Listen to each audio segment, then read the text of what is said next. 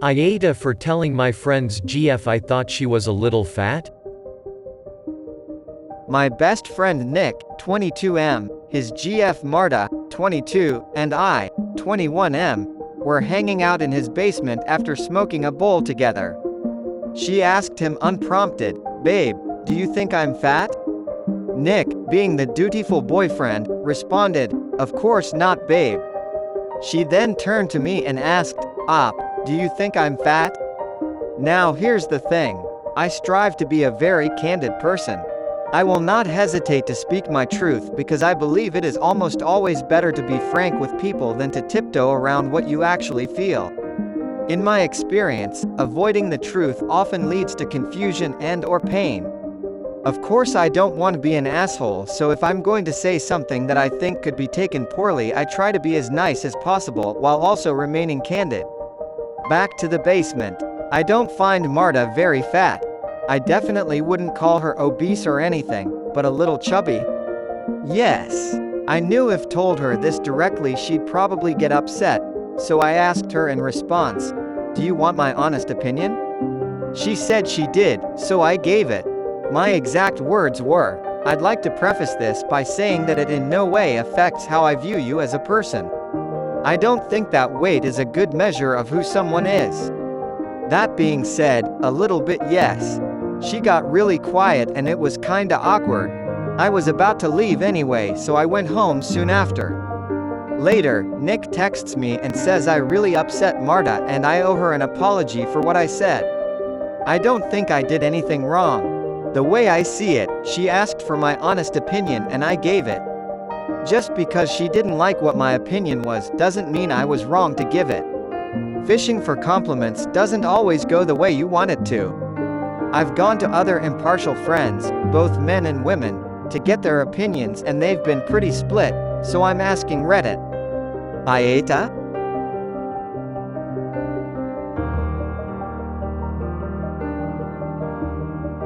Congrats. You're attempting to use a radical honesty ideology to pretend you don't understand subtext or social norms.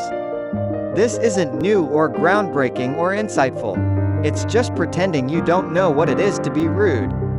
If you want to call Marta out for seeking reassurance or answers she doesn't actually want to hear, then figure out a way to do that honestly and kindly. But don't act like you didn't know perfectly well that you were pulling her up for compliment fishing, and develop a lies or pawn thing to justify it. I'm going to put myself in the firing line here and say, I'm a person who's chubby. My BMI says I'm obese because I'm 4 inches 10 and about 9.5 stone, and if I ask you a question, I want an answer. I don't really understand the whole thing of fishing for weird compliments with lies type of thing. It's a whole minefield. If I ask my friends if I'm fat, they tell me I'm goddamn well fat and to get my ass on a bloody bike. I don't think it's really fair on you to say YTA when you don't know whether the person is like me and would deride you horribly for lying. We'd take the piss for weeks in my friend group. Or the girl social minefield of prancing about the fucking lavender field hoping not to step on a mine. And but then again, what do I know? I'm British woman shrugging light skin tone. I think this really is a cultural, location-based thing. I live in the USA, and if you aren't society's current beauty standard, then you get shamed and bullied for it growing up.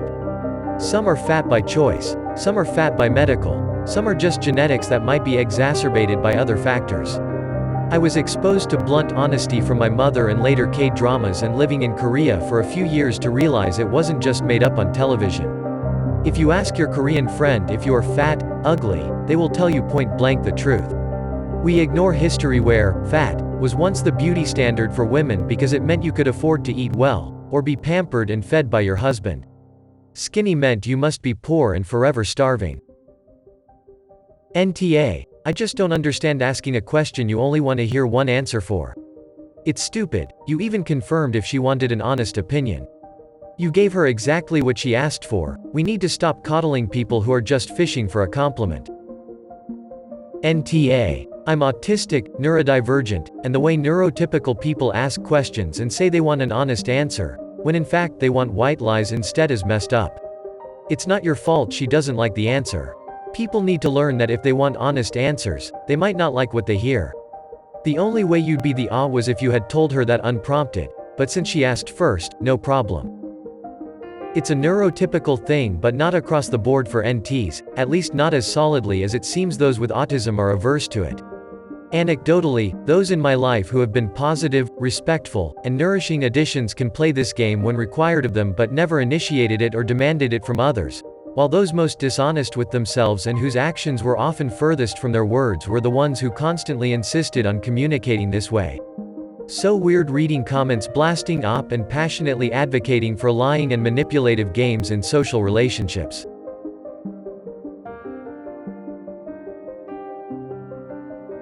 AITA for telling my dad and his family that my son's name is none of their business?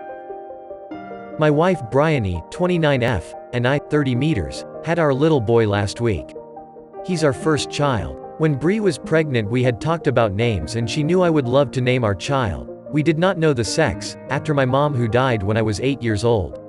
My mom's name works as a unisex name and we both loved a nickname for it, so we decided to go ahead with that as his first name. We did not announce the name until he was born, though we told my maternal grandparents beforehand. My dad and I not all that close. We've had our differences over the years and one of those has come up again. How controlling he is. It was always there but came up after he and his wife Jana had my half-sister. There was a whole argument about me being present for the birth because Jana's kids were going to be. How he saw it as a great bonding moment and important for me to witness. There was also stuff like don't mention mom around Jana or her kids. Don't speak to my maternal family members if Jana or her kids are in the house. Don't skip college and go for an apprenticeship, that's not what our family does. Don't move out at 18 if you're staying in town. He also tried to dictate mine and Bree's wedding. So fast forward to now. My dad brings the whole family over to meet my son and as soon as they hear the name it becomes clear they are not happy. My dad and his stepson tell me unless we'd name a future daughter Jana then my son's name should not be after my mom. Jana tells me how uncomfortable the names makes her. Her daughter, not my half-sister but her daughter from a different relationship, tells me the name takes my son right out of their family and places a wall up. My half-siblings say it's weird for him to be named after someone who isn't part of the family. This is all coming at me and I had to get loud for them to stop. I told them my son's name is none of their business and if they don't like it, they do not need to be part of his life. Cue arguing from everyone and I make them leave. My dad called back the next day alone and told me I was an ass for saying my son's name was none of their business and that they didn't have to be in his life. He said I am doing everything to make them feel like they don't matter and aren't family to me. He demanded I change the name. I told him to go to hell and stay away from us. AITA?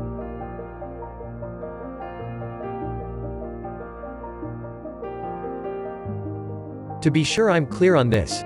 Your father's second wife, her children from her first marriage, your half-siblings and your father are telling you in no uncertain terms that the naming of your baby after your dead mother is a deal-breaker for all of them being in your life?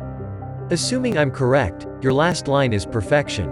NTA, but your father, his second wife, your step-siblings and half-siblings, all folk who are uncomfortable with you honoring your dead mother by naming your child after her, most assuredly are. Go NC. Stay NC until they come to their senses. And name your next babe after your maternal grandmother or grandfather. Or your favorite actor. Ignore your father's requirements, and his new family's. NTA. And also what the hell? Jana should work on her insecurities. She clearly feels threatened by your dead mom. Also, it's nice that you chose to honor your mom's memory while other family members don't consider her part of the family anymore. Which is sad. NTA. I think it is lovely to honor your mother and if the two of you agree that's that. I have said this here before, when it comes to another person's baby's name the only thing you say is, "What a wonderful name," or you can keep your mouth shut. Good on you for sticking up for yourself. Congratulations and all the best. Yes, I agree. That's why I didn't tell anyone my girl's name until after she was born and named. I called my parents right after and the first thing out of my mom's mouth was, "Where did you get that name from?" I just knew it. NTA, this is so bizarre. I'm a stepmom and I would never question any name my kids, stepkids, picked. Of course you love your mom? Of course you can name your child after her? Your stepmom has to be really insecure and jealous. But for her kids to join in too? It would never even occur to me to be jealous if I were in her shoes. You can love one parent, two parents, or even four parents. How narcissistic of her. Who thinks that you're going to stop loving someone just because she came into your life? I think your stepmom is perfect example of the reason why there are so many stepfamily posts on Reddit. Everyone is trying to make other people be what they want them to be instead of loving them for who they are. I let my stepkids be who they are. I don't try and force them to behave a certain way.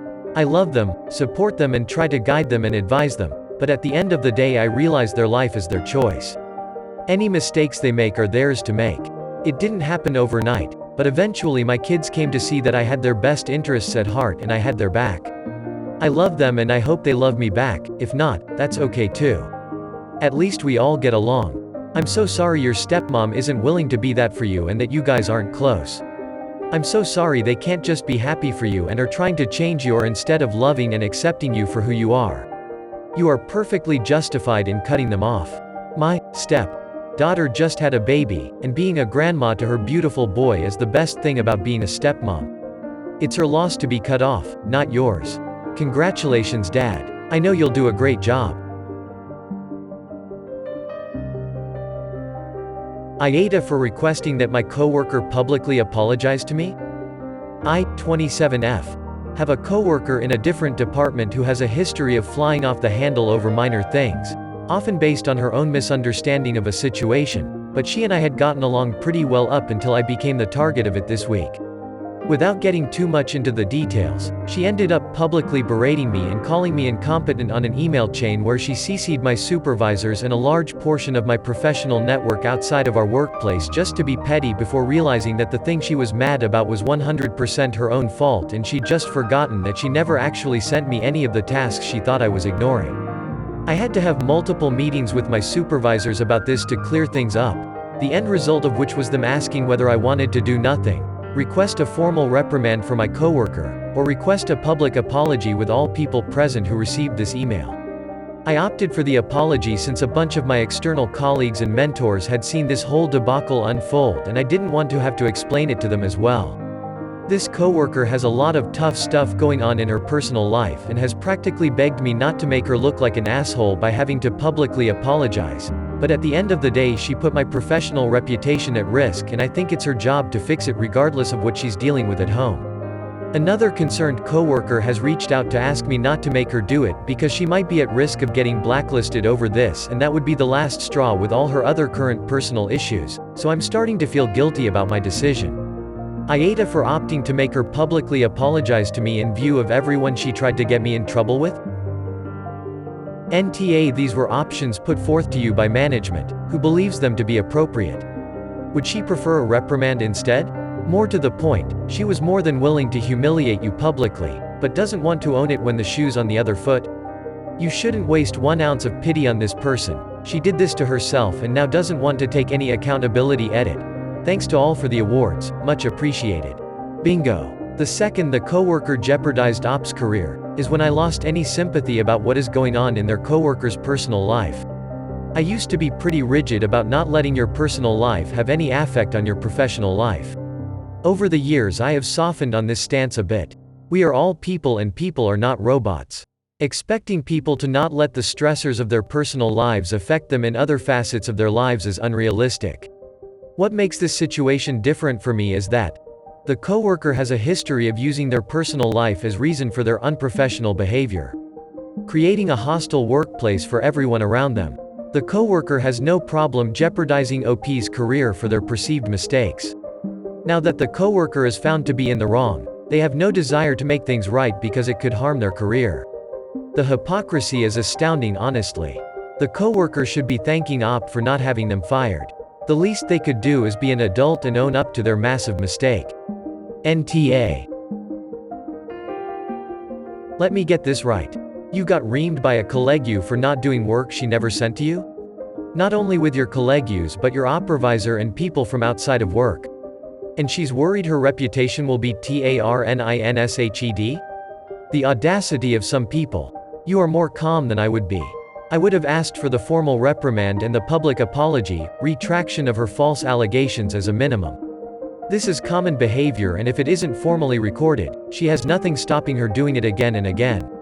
Any things going on in her private life that affect her ability to work in a professional manner, which is clearly happening, needs to be handled outside.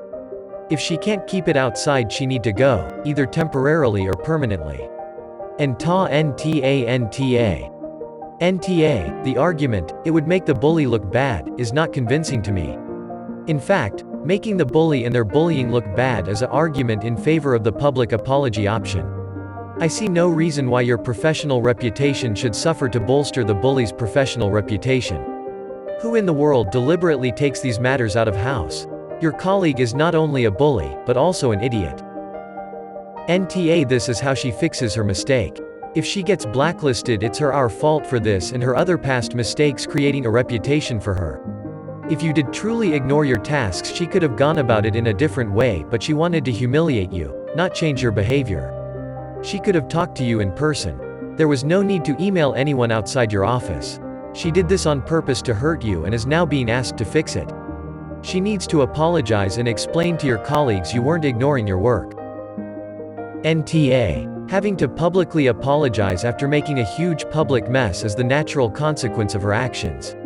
If it's repeat misbehavior of this exact same type that has her already in hot water, she has no one to blame but herself. If she handled things in a quieter, more appropriate manner instead of choosing to make this mess public, she'd probably have been given a lot more slack. She's not just making mistakes, which happens and often can be excused, she's then making the mistakes loudly public and blaming them on others, which is causing discord and harming the professional reputations of others.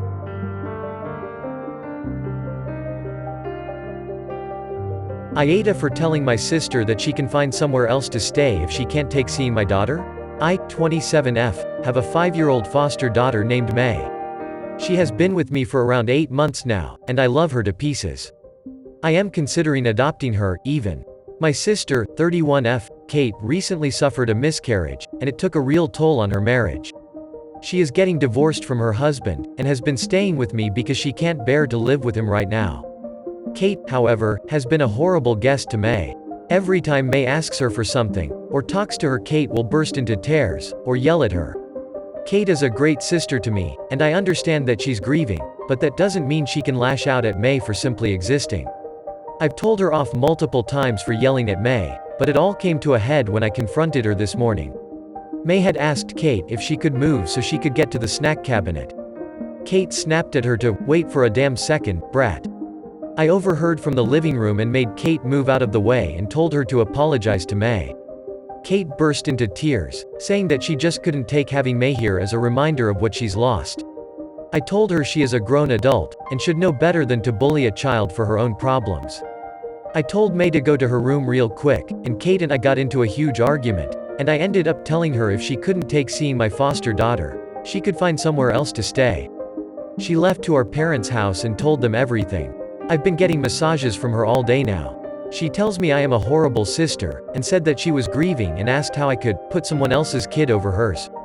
Which I think is a disgusting thing to send to anyone. Personally, I think she's being insensitive to me and my daughter's relationship. According to my mom, she's been crying for hours, and won't stop talking about how I'm such a monster for not thinking of her feelings. AITA? I just don't think she has a right to yell at my kid because she lost hers. Speaking as a social worker with years of experience in CPS. You'd be wrong if you let it continue. As a foster parent, you have a responsibility that, for lack of a better way to put it, other people have control over, and your responsibility includes protecting May from people who treat her that way. Whatever landed her in foster care has done enough damage, and she, more than most children, needs to know she is safe. There's more happening than this one incident, right? Don't let your sister stay there. Your case manager may get concerned. Good luck. Edit to add. NTA, and I didn't think about this before, but in most places you have to have the approval of your case manager before someone can live with you. They need to have background checks and the like.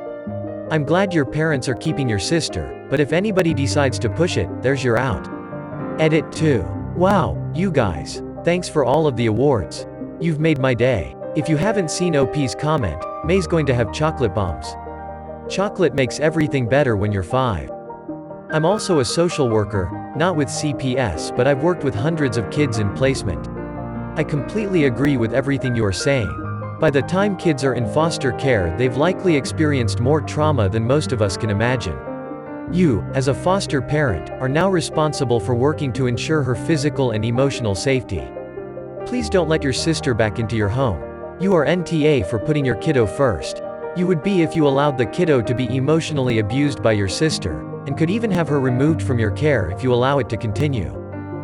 Ever notice these stories almost always involve a mother who takes the side of the other person in this argument? Like, they always end with, "Now I'm getting calls, emails, voice messages from my mom who is angry I'm making things awkward for the family." Anyways, NTA. Your sister needs to be in therapy, because lashing out at a child just because they're upset that they exist. That they remind her of what she lost? That's shitty. I think you're well within your right to have asked her to move out, and hopefully, when she has gained some perspective, she'll have realized how horribly she was being